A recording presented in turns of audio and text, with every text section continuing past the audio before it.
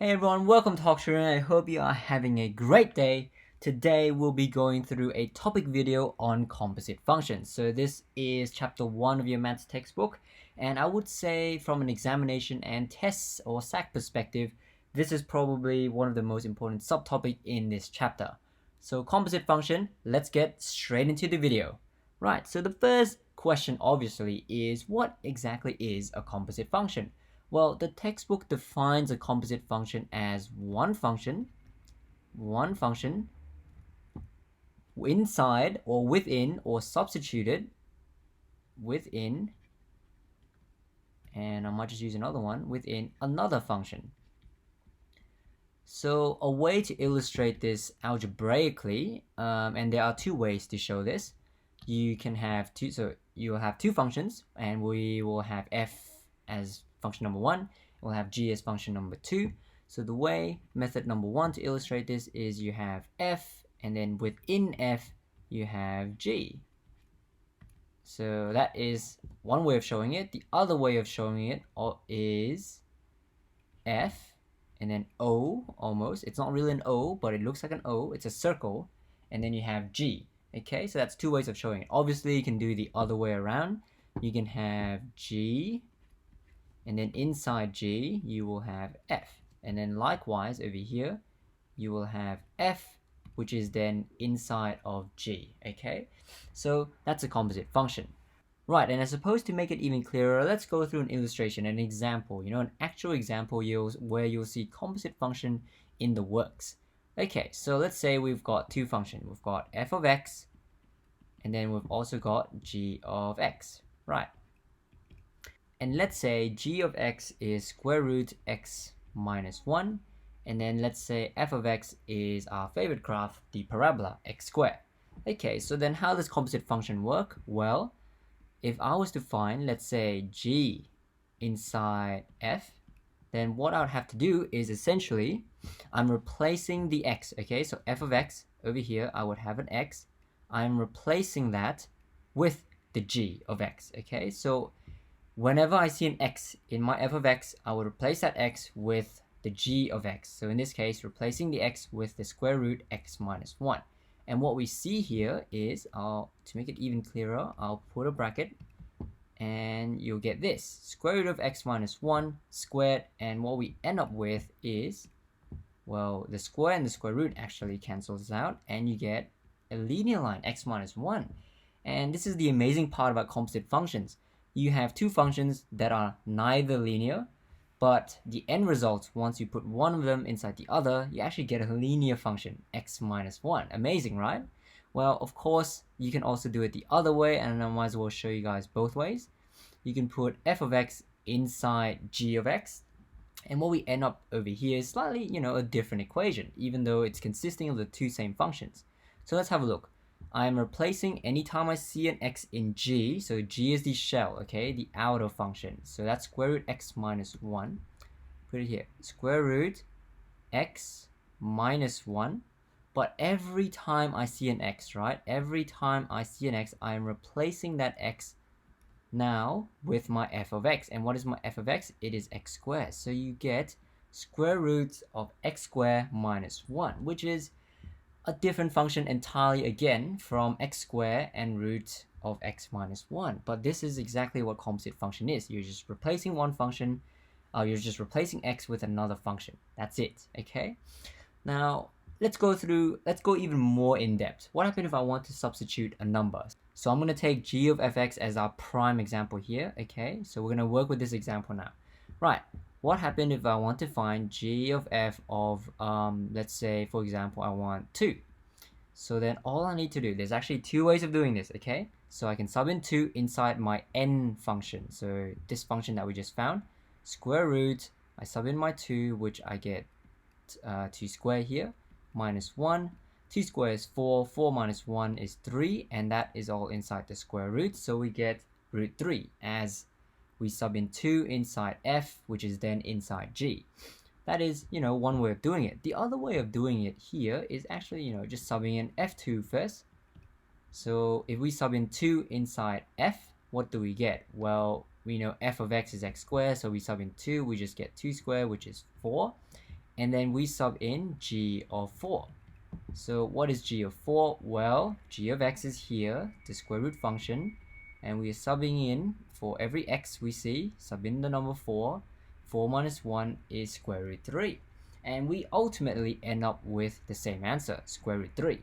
Now the trick here, I'm going to give you guys another example. You might find, and you will find a discrepancy, and you'll see why composite function is such a great question to ask in the exam or in your test. Right, so I'm going to sub in a different number, okay? So let's say I am going to sub in the number 0. Oof, our favorite number in methods, and I always tell my students this, is 0 and 1. Let's go. So I'm subbing in 0 over here,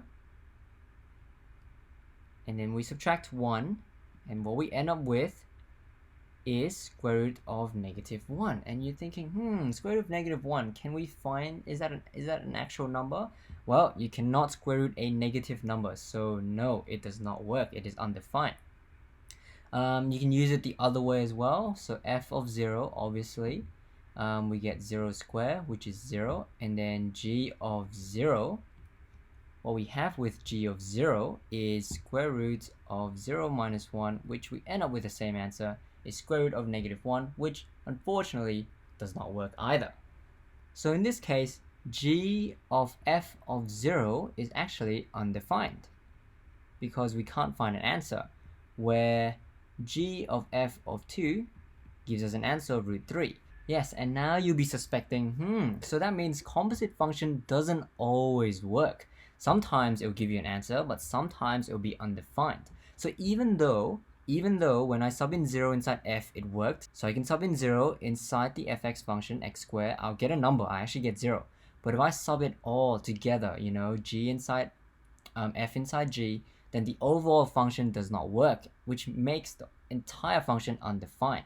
And a lot of textbook questions, a lot of exam questions would ask, whether a composite function is defined for all domain, or whether a composite function, how should it be defined, or what should the domain and stuff be so that the function is defined, or so that it works for everything. So let's go into composite function in even more depth, okay? So again, sticking back to our original equation, and just a reminder, our function was g of x was square root x minus 1, and f of x was x squared, and what we're trying to find is g of f of x, okay? And we're trying to see if that is, defined, or for what x values is this composite function defined, right? So that's what we're trying to do, okay? When is it defined, or is it always defined? Okay, that is the question. So on the side, you'll see two diagrams. One is what I like to call a composite table, where you've got your two functions f and g. You've also got the domain and the range. And then the other diagram, this is just more of a first time thing. It's just an illustration so that you can see, you can understand through the visualization. All right, so let's pack this diagram first. So in this diagram, what I'm doing is I'm chucking in a number. It goes into that machine. Now, what is that machine? That machine is actually a function. So I'm chucking in a number, goes into a function. That function spits out a number, which then goes into the second machine, second function. And that second function spits out an end result, an end number, an output. Now, we've got two functions. We've got g of x, and then we've got f. Now, which machine is f? Which machine is g? Well, if you have a look, we're trying to find g of f of x, or f inside g. So if I'm chucking in an x value, where does that x go in first? So you can see that the x goes inside f first before getting captured by g. So in this machine, the first function is actually f of x, because x goes into f first, and then the second machine is g of x, okay? So that's how we're going to name our machines in this maths world. We've got f of x and we've got g of x. Okay, now if I chuck in a number, obviously it goes in here, spits out a number, goes out, and then we get an output. So I'm going to chuck in a number. So let's say, we did our example before, we chuck in number 2. 2 goes inside f, which is here, x squared, so 2 squared. That means the output is 4. 4 goes inside the second machine, g of x. And what is g of 4? Well, we did that before. If you sub in 4, 4 minus 1 is 3, we get square root 3. So, that's how it worked with numbers. But when we subbed in 0, for example, well, 0 goes into f, we get 0 square, which is still 0, and then 0 gets fed inside the machine g of x. Well, g of 0 is 0 minus 1, which is square root negative 1, but that is undefined. So then we couldn't get an answer at all. So now we're trying to define, what values can I sub in here, so that my end result actually gives me an answer, happy face, all that. And this is where the composite table comes into play, okay? So before I get into the table, there's one golden rule that has to work, and I'm going to illustrate it through this machine. That golden rule is over here. It's very important you pay attention to this part. Range.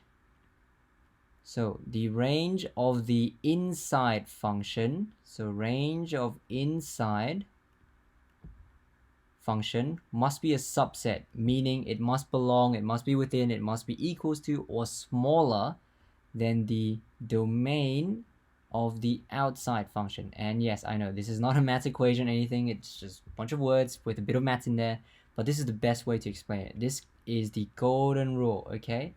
Golden rule of composite function. The range of the inside function must be a subset of the domain of the outside function. Or in our case, the range of the inside. Now what's the inside? Well, the inside is f of x. So range of f must belong to domain of outside, which is g, okay?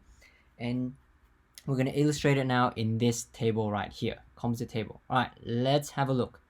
Domain of f. So what is domain of f? Well, f is the function x squared, the parabola. The parabola looks just like that. The domain is r, infinity. It goes, it can go all the way to the right, it can also go all the way to the left.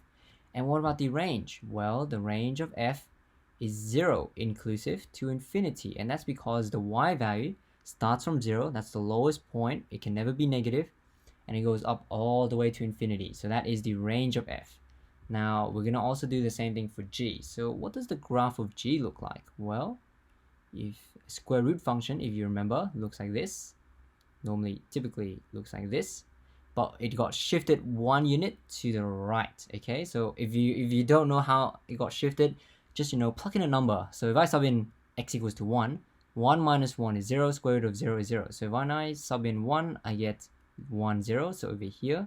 And if you keep subbing in numbers, you'll get the corresponding graph. So it goes over there. And we can see that the domain of g starts from 1, goes to infinity, and the range is 0 all the way to infinity. Okay, and there we go. We completed our composite table, and it's very easy now to determine where a composite function is defined. Okay, right, go back to your golden rule. Important. Range of inside, which is f, must be a subset of domain of outside, which is g. So let's have a look. What is the range of my inside function? Now, which one's inside? That's f, okay? So see, f is inside of g. So range of f, let's have a look. What is the range of f? Right here, 0 to infinity, okay? Now, this is my range, 0 to infinity. Now, does that fit in the domain of the outside? So what is domain of the outside? Well, that is g, domain of g, which is 1 to infinity. So I'm comparing these two numbers together. Does 0 to infinity fit inside 1 to infinity? Well, let's have a think. 0 to infinity on a number line is, 0 to infinity.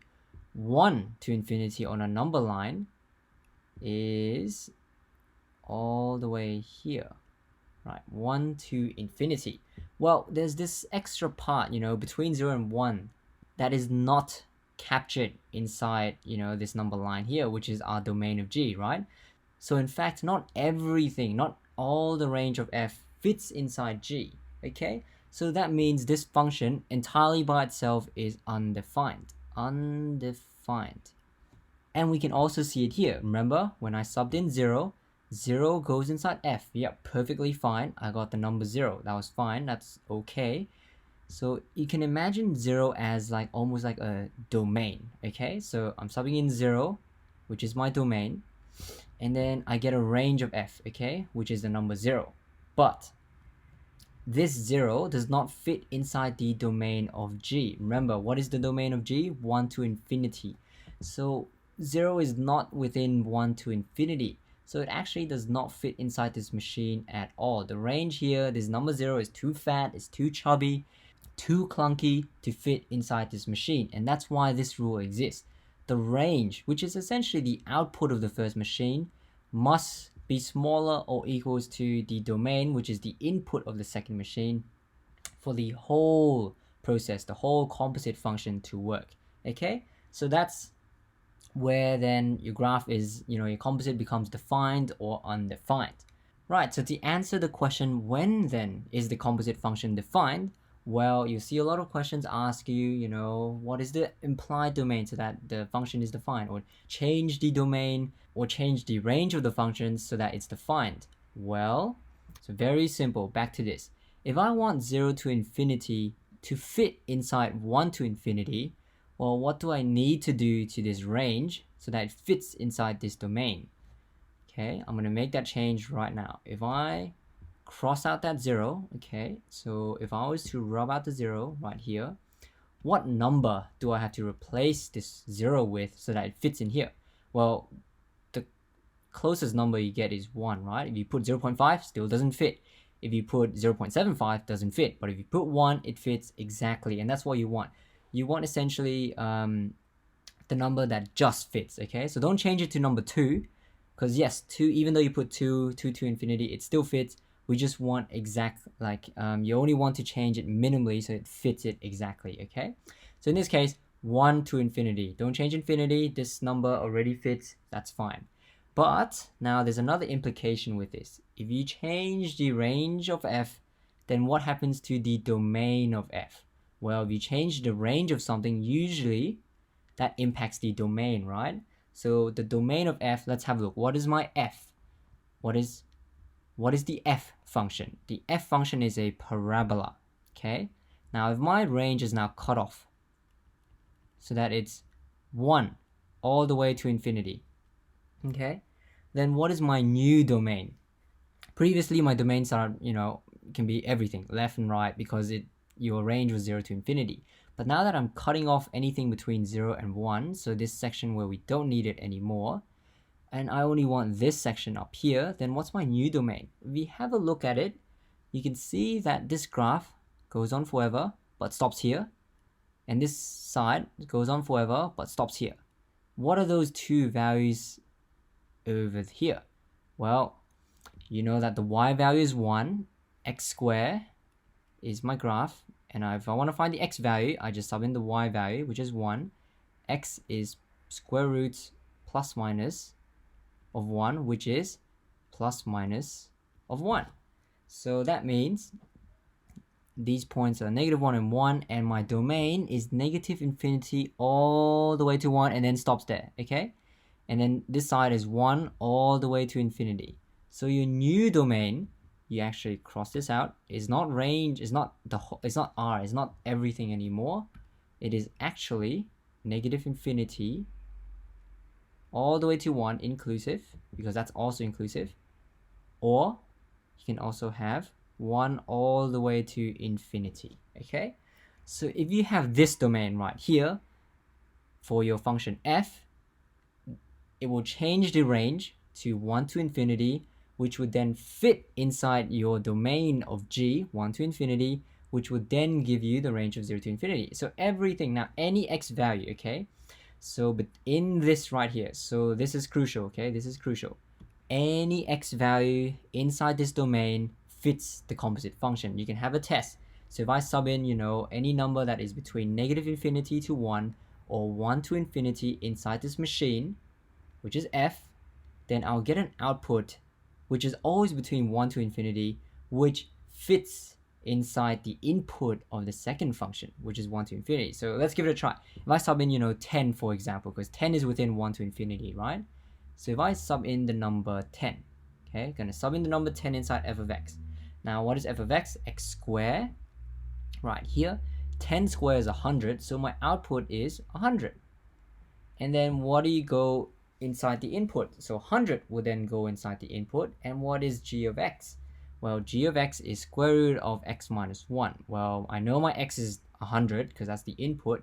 100 inside the square root minus 1 would give me square root 99, which is an answer. It's not undefined. It's not a square root. It's not a negative square root, okay? So that number works, and you can try for any number within this domain. As long as it's within that domain, your whole composite function works, okay? And that, guys, is composite function, as in-depth as I can get. The golden rule to take out from this video is this part right here. The range of the inside, don't remember it as f and g. The range of the inside function, whatever function is in the inside, meaning whatever function is inside the other one, must be a subset. That means equals to or smaller than the domain of the outside. Okay, that is the golden rule for a composite function.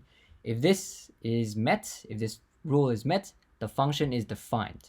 But if this rule is not met, such as our example right here previously, where the range 0 to infinity was just a bit too big for 1 to infinity, then you'll have to change the domain of the inside function so that it fits, so that you can define the function, okay? So guys, that is it for all your composite function for this topic video. I really hope it helps, really hope this makes sense. A bit of a long video, this one, but I just thought it's crucial that you understand everything about composite function. Revisit this video if you need to watch it a second time, or if you need to review it before your SAC or your exam. I hope you found it useful. If you did, please leave a like and subscribe to your YouTube channel, because that'll be greatly appreciated by me. Outside of that, thank you for watching, and I'll see you in the next video.